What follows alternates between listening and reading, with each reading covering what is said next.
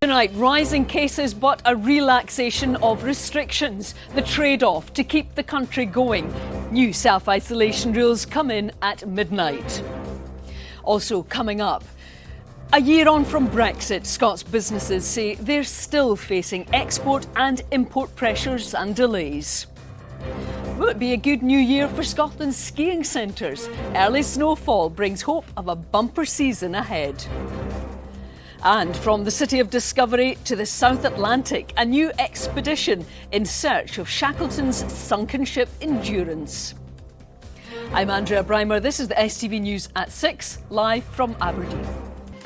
Good evening. Self-isolation rules in Scotland are being cut from 10 days to 7. The change applies as long as people test negative for COVID on days 6 and 7. It comes as sectors from tourism to transport are struggling with high numbers of staff isolating. With more than 16,000 people testing positive in the last day, the First Minister warned this phase is possibly the most challenging we've faced so far. Lynn Rankin reports. For restaurant owner Julie Dalton, the festive period served up cancellations and isolations. Her 2 restaurants in St Andrews are closed today and tomorrow to give staff that have been working a break.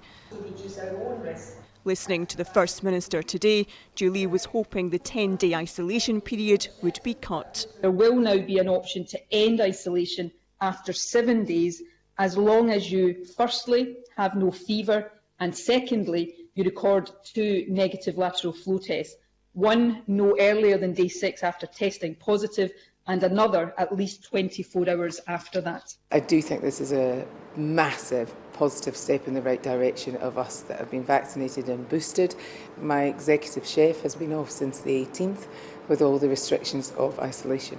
He will be able to know, because he's been negative throughout the whole isolation situation with his family going down with COVID one after another, will mean that it's very positive for work and businesses that people can test and then make sure that they can come to work safely. In other changes to isolation, close contacts of positive cases will no longer need to self-isolate and will instead be able to take daily lateral flow tests. But adults who are not fully vaccinated still need to take a PCR test and isolate for 10 days. And if you have a positive lateral flow but no symptoms, you no longer need to have a PCR test but still need to isolate. Opposition politicians demanded to see data on hospitalisations. Public Health Scotland will publish this on Friday. Will she publish the clinical advice from last week, which meant this crucial change wasn't made? The clinical advice she has received this week, now the change has come into force. More than 16,000 new cases were recorded in the last day. Infections have risen by 87% in the past week, with more than 1,200 people now in hospital, an increase of 80% in the last 7 days. 42 people are currently in intensive care. The advice is still to get the vaccine, but a combination of weather and staffing issues forced the closure of the vaccination centre in Aviemore today. NHS Highlands say they'll reschedule the clinic as soon as possible. But there was a steady stream at the vaccination centre in Aberdeen. 12-year-old Ruby had her first dose, while big sister Jolie received her second. It's fine, I had it and it's completely fine. Yeah, she didn't get any symptoms from her last one, felt totally fine, and just peace of mind knowing that you've got the protection now as well against it. Important that everybody gets the vaccine at the right time, because we need to restrict the spread of the disease, and so that we can be back to normal, because we have been losing our normal life for the last 2 years. For some pupils returning to school today, it was a return to remote learning.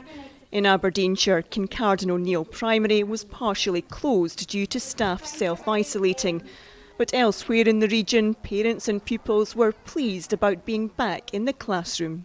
Well, because they're just not getting educated. Well, we're not teachers, are we? So we can only teach them so much. Lack of going to school has definitely affected four of the grandkids. Unfortunately, the slightest thing and your kids get sent home, Like, you could miss 2-3 days a week of school sometimes. With more pupils set to return to classrooms next week, scientists are warning it's inevitable that cases will rise further. And while this latest shake-up of isolation rules will help the economy, it's hoped it doesn't serve up a surge in COVID cases. Lynn Rankin, STV News. Well, our political correspondent Ewan Petrie joins us now. All change again, Ewan. Why is the government choosing to do this now? Well, these are significant changes, but the First Minister had some pretty stark messages today as well. She said the sheer volume of cases means we could potentially still be overwhelmed by this coronavirus, despite growing evidence that the Omicron variant produces a less severe illness. And she said that the prevalence has grown from 1 in 40 in the run-up to Christmas to 1 in 20 just before New Year, and is likely to be even greater today. Now, opposition parties wanted these changes brought in even sooner, but the Scottish Government argues that the balance has only now shifted and the high transmission is placing a greater burden on the economy and on public services. For example, NHS staff absences last week were almost 5,500 people off for COVID-related reasons. That's up more than 2,000 on the previous week, and those absences are likely to continue to increase. So that is why ministers felt they had to act. Ewan, thanks for that. So, significant changes then announced today. Let's get more analysis from the National Clinical Director. Professor Jason Leach, thanks for joining us. So we're seeing an 87% increase in new cases in the last week. And tomorrow it's expected that Scotland's going to pass the 1 million mark in the number of COVID cases. So where are we in this pandemic? Are we almost at the peak? Is there worse to come? I don't think we're at the peak yet. It's difficult to predict entirely, but what we've tried to do today and the advice we've given to the government and the First Minister and her cabinet and the decisions they've made and announced is to try and find a balanced way through the next few weeks. And that's why if people go online and look at the guidance around what to do now if you test positive, what to do now if you're a contact, and what to do now about isolation, it's absolutely crucial that people now follow this new guidance from midnight tonight. It's kind of trying to find a path through huge numbers of cases. Nearly 500,000 people had this disease in Scotland in the week leading up to Hogmanay, according to the ONS survey. That's big numbers. And we need to keep the country moving, but we need to keep the country safe. So, yeah, the First Minister said that COVID is now more widespread than at any other stage during the pandemic, yet she has announced these changes to self-isolation today. Isn't this a risky time to be doing that? Well, there's no risk-free path, and there never has been. I so wish there were. You wouldn't need the likes of me on your TV at night, would you? There would be a lovely folder you could take from the wall and just look up global pandemic. You can see other countries, France today struggling to know what to do. You can see in Scandinavia them deciding what to do next. And the WHO say we're not through this. The clinical advice is that this is still a very, very serious disease. We've got 1,200 people in hospital, up from 680 a week ago. So that's a significant increase in people having hospital admission, which we don't do lightly for any disease, particularly COVID. So we're taking it seriously, but we also need people to be at work safely. We need trains to run, we need police services to run, and we need health and social care services to run. So we're trying to find a balanced way through this particular phase of the pandemic with the science we have, the disease we have, and the options we have. At what stage, Professor Leach, do we learn to live with this virus? Well, I think we've been living with it in some sense for 2 years, haven't we? I mean, the world is very different now from a year ago. If you think back to the beginning of 2021, we were locked down. Schools were closed. Everything was shut. Hospitality was closed. We didn't have vaccination. We didn't have testing when you're doing your toothbrushing. We really have moved considerably. I know it's long. I know it's frustrating. I'm frustrated too. But it will continue to improve. And I'm hopeful that the virus might help us on our way. The virus might become less severe again, in which case we'll be able to work our way through. But I'm afraid global pandemics are not one leap and you're free. It won't be over in a 24-hour period. It will be a gradual improvement. And that's where I think Scotland is. OK, briefly, where are we on hospital admissions? How serious is the situation there?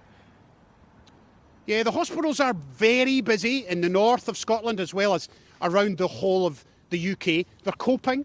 The health and social care workers, honestly, they've worked round the clock over the Christmas and New Year period. I'm concerned that they're really busy, but we're not powerless. You and I, testing, vaccination, following the new rules, we can help them. Professor Leach, thanks for joining us on the programme. Thank you.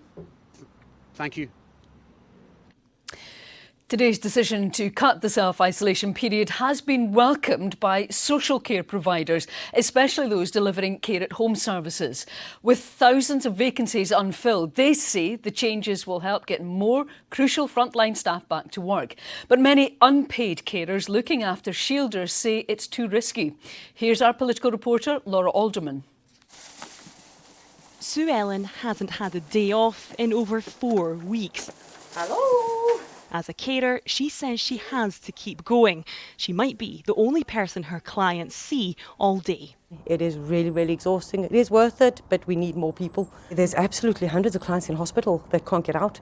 There's no care for them and it's heartbreaking. They've been in there the festive season. Some of them have been in there for months. There's just not enough people to actually get them out. With so many staff off with COVID or being a household contact, today's decision to cut the self-isolation period from 10 days to 7 is a huge relief. Really, really happy. It does make a big difference. The 10 days it would be weekend to weekend, if not a bit longer, where we can get them in a bit sooner as long as they're testing negative on their bilaterals. Hello, Julie speaking. At head office, the task of recruiting new staff is never ending. There were chronic staffing shortages across the sector before Omicron, but in recent weeks it's been unbearable. Isolation periods of being 10 days doesn't sound that much, but when you're working on a frontline care sector, every day is critical. But of course there are exemptions to self-isolation for health and social care staff if you've been boosted and if you return 2 negative tests. But is that doing enough for you to alleviate the staffing shortages? The areas of concern around that is that initially it was as long as you were double vaccinated and returning tests, but then they added in that you had to have your booster. But the day after the guidance changed, they released the booster to over 18, so there is a time delay in that, but you also need to have had your booster 14 days before you can be exempt. So there's a lot of, whilst there are positive steps in the right direction, they didn't come quickly enough. Another integral but exhausted part of the social care workforce are unpaid carers. There's more than 1 million in Scotland, including Lynn, who looks after her husband full-time. She says today's decision to cut the self-isolation time is short-sighted. I'm concerned anyway for various reasons. I was listening to radio this morning and there was a scientist talking about some modelling around this whole thing. And they suggested potentially 15% of people might still be infectious. That's around 3,000 people a day if you go by current figures. So that to me sounds like a lot of people walking about with a virus they might not know they have. Okay. After almost 2 years of the pandemic, social care staff say the new rules could help ease their burden. But of course, they hope it's not at the expense of the most vulnerable who they care for. Laura Alderman, STV News. A new memorial has opened to remember the victims of the Manchester Arena bombing. 14-year-old Ailey McLeod from Barra in the Western Isles was one of 22 people murdered in the May 2017 attack. The Glade of Light Memorial, a white marble halo, bears the names of all those who died. We really wanted something, I think, that did justice, the strength of feeling around the commemoration of the awful events of the 22nd of May 2017. And what we've created here in the city hopefully will show the importance that Manchester places on giving commemoration and remembrance and a space of reflection for what happened on that night. Over the past year, many businesses have faced increasing costs and issues getting supplies. The combination of Brexit and COVID has created a challenging environment for many firms. A year on from the UK and the EU reaching an agreement, many industries are still facing pressures while importing and exporting to the continent. Stephen Brown has more. Every part of the economy has been impacted over the past 12 months. Repairing the damage done by COVID will take time, but Brexit for some firms also put barriers in their way and slowed growth. For this bike store, the overall combination has led to increasing problems. It's been the most perfect storm with COVID globally, with container shortages, ports running out of boats, running out of containers, having been in the wrong places, and throw Brexit and Suez into the mix, you've got the perfect storm. Getting fresh produce into the country has become a logistical challenge. This wholesaler in Inverness has found sourcing some food harder, but not impossible. For the wider sector, getting workers is still a problem. We need an awful lot of human resource at every part of the business, from picking it out of the ground to delivering it to the back door of a hotel. So if we can't have people moving freely, it's always going to be a challenge for us to do what we really want to do. For a restaurant that the wholesaler supplies, COVID has created its own unique issues. But combined with Brexit, the choice has at times been reduced. We are getting produce. We're just having to accept substitutions and accept that there's delays with some produce and some at certain times. Our suppliers have been awesome. I can't imagine the challenges that they've had. We've got to be able to support ourselves. We've become an independent nation, no longer part of Europe. We now have to be able to supply ourselves. A deal was carved out with the EU last year, but it hasn't always eased the red tape for businesses, and few on either side are happy with the agreement. Lorries delayed, extra checks and even some blockades have made getting fresh fish to European markets a struggle this year. There are more changes for businesses coming, and for some, issues still exist. It has got better, the systems have got better, they've improved, there's been a lot of work ongoing. But unfortunately, some businesses have had to stop exporting throughout the year because it's just become too costly. So some of the costs for consignments are up to £400. Transport went up overnight by 30%. Packaging's increased by at least 50% over the year. So a lot of businesses, of the small businesses, have stopped trading into Europe and had to really look at the home market. Taking back control was a central slogan of the Brexit campaign, in particular of access to UK waters. But those tensions still remain, especially with France, and many in this industry are still to be convinced of the deal that was struck. While Brexit has been hard for some, it has created opportunities for others. Trade deals in markets beyond the EU are opening up. Whether they will in the long term be as lucrative is yet to be seen. But the past couple of years have been some of the most challenging for businesses yet. The blurred lines around what exactly is causing issues for each individual firm will continue, but the solutions will take time. Stephen Brown, STV News. Now, thousands of skiers and snowboarders have taken to the slopes across Scotland. The rush to the hills has been welcomed by communities dependent on tourism. Aviemore has been among the beneficiaries, as Ian Ramage reports. A late Christmas miracle, perhaps. A packed car park at Cairngorm, bringing thousands of snow sports lovers to the hills above Aviemore, and cash tills ringing in an area dependent on tourism. Almost 2 long years into the pandemic, nature's been helped along by man-made snow machines to guarantee perfect conditions for enthusiasts travelling from near and far. The slope's guardians are delighted. What we're really realising at the moment, the snow factory, the fan guns have secured snow right through the Christmas Hogmanay period, and even although it was mild at Hogmanay, we've managed to keep our snow we've made. So as the natural snow starts to build, it's looking good. Skiing in Scotland has suffered a downhill dive in finances thanks to COVID. The sector directly employs more than 1,000 people, and a multiple of that number in associated tourism across Scotland. The short-term forecast looks good for skiers and snowboarders. Of course, whatever the weather, Aviemore has another fixture of fun. This recent addition to Aviemore's attractions has proved an absolute winner, restoring what was missing in the town for more than 20 years. It was community that did it. You know, community have always wanted an ice rink back. We had one 20 years ago and it was so popular. And we went, you know what, let's go for it. And the community have provided so much of their own personal money, and businesses have provided so much money as well. If it continues to prove as popular, the dream is to build a full-scale ice rink in Aviemore soon. Many in tourism and beyond fear they'll be on thin ice for many months yet. But the Federation of Small Businesses remains upbeat for the year ahead. Its latest research found its members the most positive they've been for almost a year. Ian Ramage, STV News. Well, snow up there in the Cairngorms. Let's see what the rest of us can expect. Here's Sean with the forecast. Well, we've gone from extremely mild conditions just the other day, the start of the year, record-breakingly mild for quite a few spots. Great to see some skiing now, though, on the slopes, and a fantastic scene yesterday in Glencoe. And it wasn't just us that got a bit of a shock to the system after that milder weather. Little Red looking a little bit shocked. Not because of the cold though, Sparrowhawk, but don't worry, Cara said all was okay. Now, talking of cold, well, a real shock to come tonight. Probably one of our coldest nights of the winter. It looks like Braemar could see some of the lowest temperatures, but turning a lot milder from the west tomorrow. Let's have a look. Watch out for a sudden temperature drop.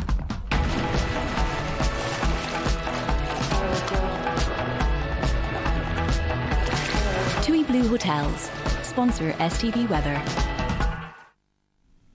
So for the time being, we've still got that bitterly cold air around. We've still got those showers peppering the north, but look out to the west, warmer air heading our way. So that warmer air trickling in from the west through tomorrow. Lots of cloud. Map just disappears under that cloud. Lots of rain tomorrow and snow over higher ground.